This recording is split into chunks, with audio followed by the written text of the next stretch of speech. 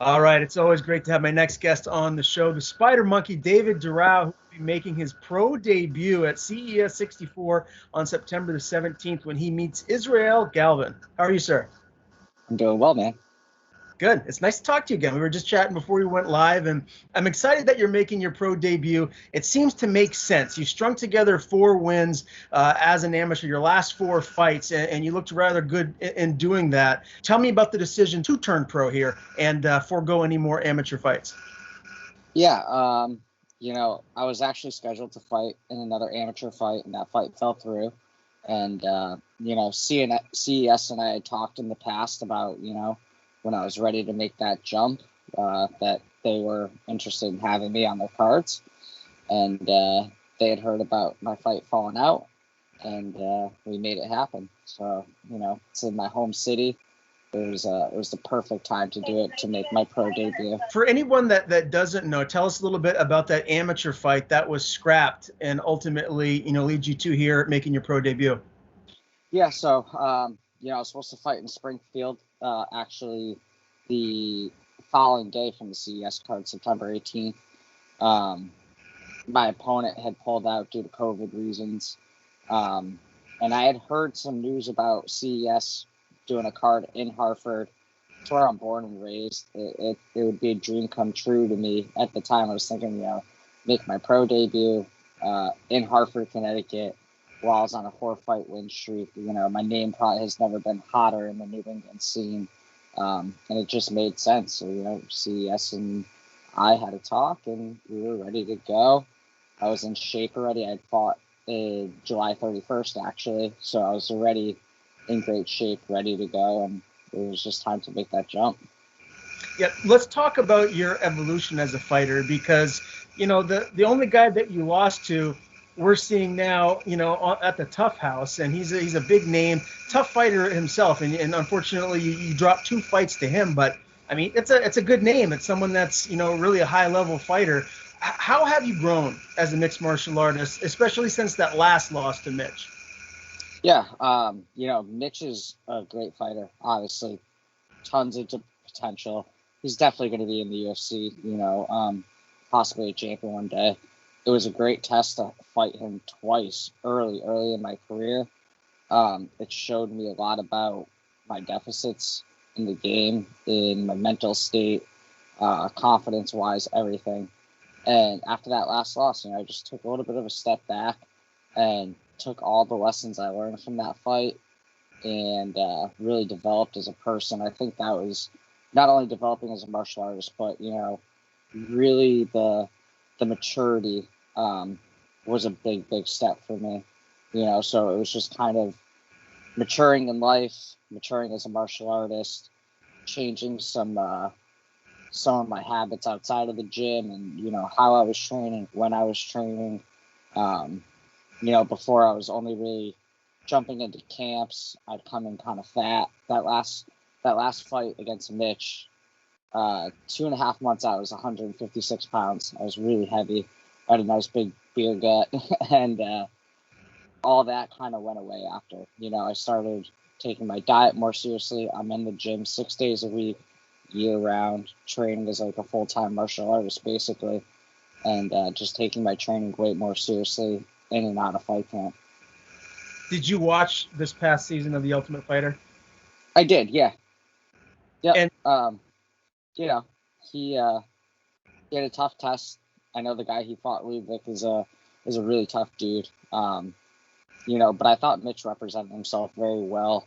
You know, um, it happens, and luckily for him, those are exhibitions. His record's still intact, um, and he got a lot of exposure. You heard Brendan Schaub the week after his fight talking about him, how he thought that kid's got tons of potential and will be in the UFC.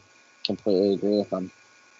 how did that feel being in your shoes, fighting this guy twice, and now you're watching him on ESPN Plus at the Tough House? Did it motivate you any extra to get after it in the gym? No, there's never a lack of motivation for me. This is literally what I love to do. If I wasn't doing this, I don't know what I'd be doing, to be honest with you. Um, So I was just happy to see, just like any other New England fighter, just happy to see these guys succeed, and make it to that next step. So for me, it was just kind of watching and supporting him, definitely cheering him on. I wanted to see him win the show, but there was no extra motivation or anything like that. If anything, I think it might have made some opponents not want to fight me after that, to be honest with you.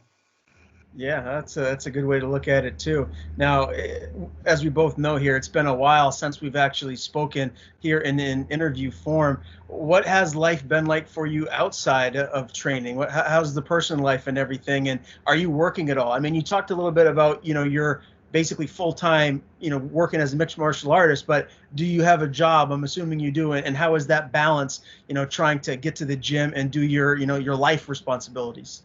Yeah, so I work in the corporate world for one of the largest hand tools and security access companies in the world. I manage their U.S. payroll taxes. So I kind of live two different lives. I'm like a financial analyst during the day, dealing with a lot of numbers and looking at tax documents, speaking to different tax agencies around the states, and then at night I'm grinding in the gym. The one thing that the pandemic did for me actually was my work switched to being remote. So these days I get to go into the gym early in the morning, get a good session, and I do a lot of my strength and conditioning first thing in the morning when I wake up. Come home, recover, work all day, and then pack my stuff up, and I hop in the car, get back over to the gym, and grind till the end of the night. Now, your coworkers obviously know that you fight.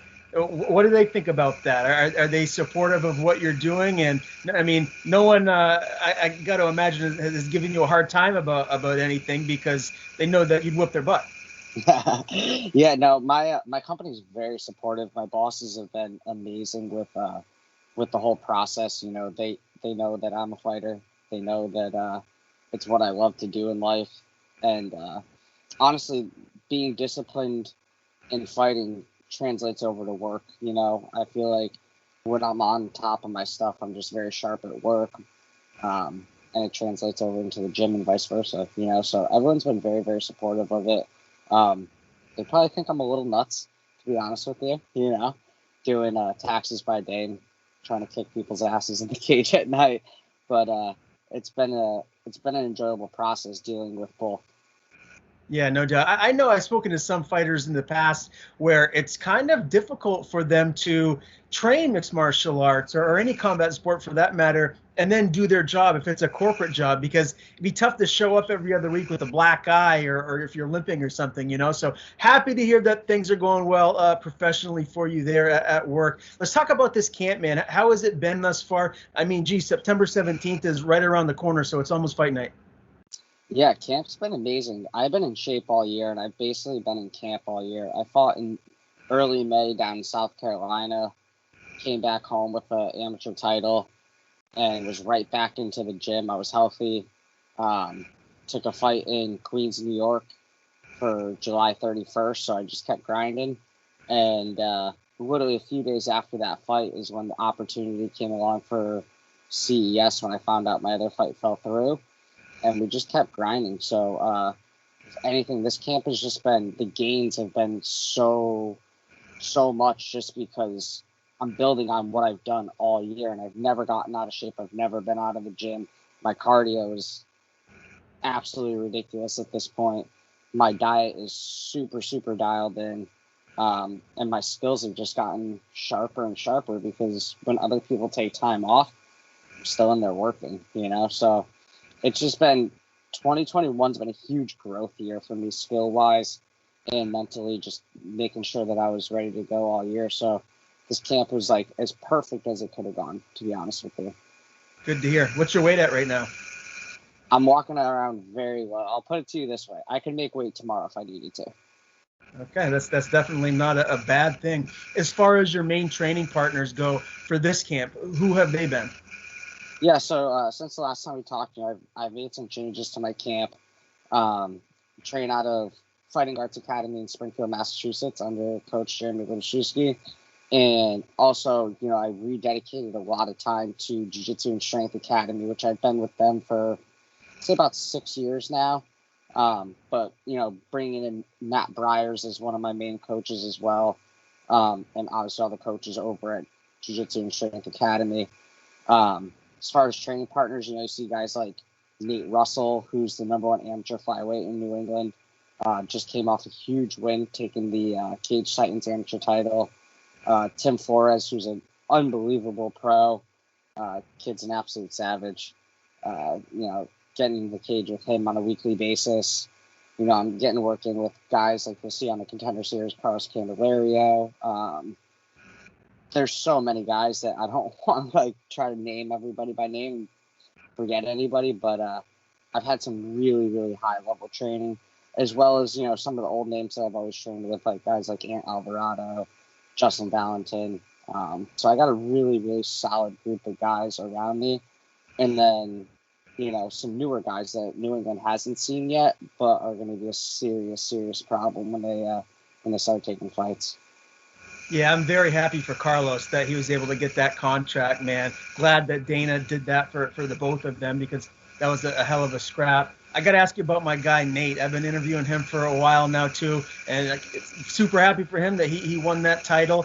Is he going to be turning pro soon, man? I know we've talked about it in the past, and I'm not sure if that's something that's going to be in the near future, but give me some inside info. What's going to be going on with Nate here moving forward? I'm not really sure. He's taking a little time right now. He just had a tough fight, against a really tough kid. And he's got 2 kids and a family, so he's spending some time with the little ones. But Nate can do whatever he wants to do. Let's be honest. The dude is unbelievable. He's fought a who's who in the amateur ranks. If he wants to continue going down the road of just taking all these amateur titles in New England and Northeast, I don't think anybody's going to stop him, to be honest with you. And if he wants to go pro, he's going to be a big problem in the pros as well. So, I think whatever Nate wants to do next, he's going to be unbelievably successful. Yeah, no argument from me there at all. Well, let's talk about CES, man. Great promotion. How pumped are you to be fighting for them, making your pro debut? Very excited, man. I was talking to CES back in 2019 when I was able to string a couple wins together, and told them when I'm ready, I'll let you guys know to make the jump to the pros. And it's definitely the place I wanted to fight. They're on the UFC Fight Pass platform. They have probably the biggest name in New England, if not the Northeast right now. High level fights all the time. You see guys coming in and out of the UFC to CES and the other big shows, 1FC, Bellator. See guys like Nate Andrews, he's been in the PFL, been in Bellator. Obviously, my man Matt Bissett, been in the UFC, fought in Bellator. So, if there was a place for me to fight, it was definitely going to be CES, especially them putting on big shows right in Hartford, Connecticut. It seemed like a no-brainer for both of us. Yeah, I got to imagine you're going to have a lot of friends and family and fans there to support you come fight night. Am I wrong? No, you're not wrong at all. The people have definitely come out of the woodwork for this one. I really appreciate all the support from everybody around. I was pretty shocked. I knew I would sell a bunch of tickets to this fight, but I didn't think this many people would be reaching out, grabbing tickets from me, showing up. I got friends coming up from Miami area, to watch me fight. So we're definitely going to be bringing a serious crew with us. Yeah, that's fantastic.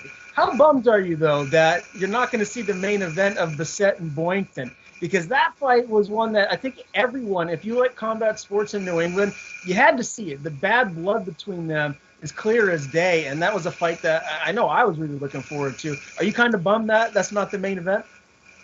I mean, we never want to see fights fall out, and it was definitely entertaining leading up. Bissett had probably my favorite line of all time in the promo video, telling Bruce that he was a Taekwondo black belt and was going to kick him in the fucking mouth. That got me fired up. But I'm just grateful that I'm still on the card with Matt. Matt's been somebody that, I've known and has been involved with in my career since my first fight. He's somebody that I consider a good friend of mine. So the fact that I get to be on the same card as him, I'm very grateful. But yeah, I mean, I think we all wanted to see Matt and Bruce fight, and everybody from Connecticut definitely wanted to see Matt make a statement in that fight for sure.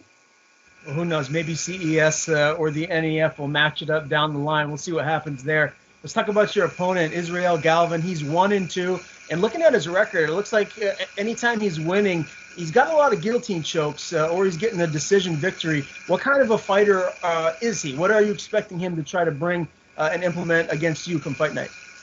Yeah, watching him, he's a tough kid, likes to come forward. He's aggressive. There's no quitting him. I've seen him in bad spots in his fights, and he's never breaking, which is exactly what I want. I don't want walkover fights. I don't want these guys that just fold over after a round. I want a war. I want to put on a show for all the Hartford fans, for all the CES fans, and all the fans that are going to be watching our Fight Pass. I want somebody that's going to absolutely bring it, and Israel's definitely that guy. And funny enough, back in 2019. We were both on the IMAF team for the U.S. He was ranked number 1. I was ranked number 2. He opted to go to Bahrain to fight for the U.S.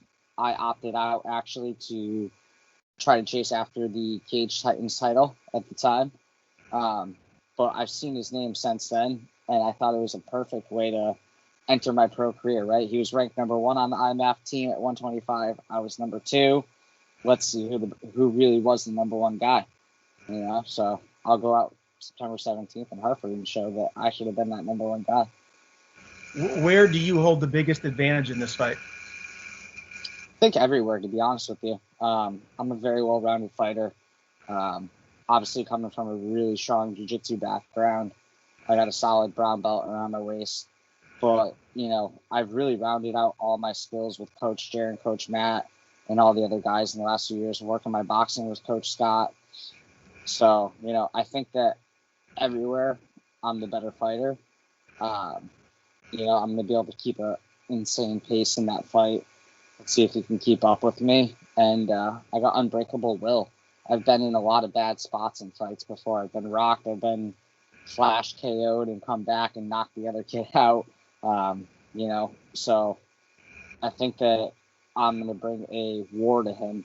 And if he's not prepared for it, it's going to be a tough night for Izzy. How does this fight end? Do you get a finish here? That's what I'm looking for. I'm looking to make a statement. Like I said, this is my home city. I keep seeing me taking this kid out and turning to the crowd, everyone on their feet screaming, and showing the world, that Spider Monkey's here. And, next 4 or 5 years, my name's going to be heard for sure. Can't wait, man. September 17th, CES 64, David Durao makes his pro debut. I know I'm going to be watching on Fight Pass. Unfortunately, I can't make the trip down there this time, but hopefully I can see you fight in person here very soon, man. Always a pleasure to talk to you. Before I let you go, I want to give you the floor. Tell people where to follow you on social media, and if you have anyone to thank, the floor is yours. Sure. So, yeah, check me out on Instagram, SpiderMonkeyBJJ16. I'm always dropping stuff. Always trying to keep some humor on there, some fun stuff. Always posting my favorite cookies from my cookie dealer. Thank you for hooking me up with these big fat cookies that I can't eat right now. And then just a huge shout out to both my teams, my coaches, all my training partners, everybody that reached out to me for this fight, supporting me, buying tickets. I promise you guys, I'm going to put on a war for you guys. And, huge thank you to CES, Pat Sullivan, Jimmy Birchfield Sr. and Jr., and especially Lou Serrano. Lou Serrano, I think, was the guy that really saw my potential early on from CES. And for those guys, I promise you, I'm 31 years old. I might not be here for a super long time. But while I'm here, I'm going to put some fucking wars on in that cage. And when I'm put on the bill, everybody's going to want to watch.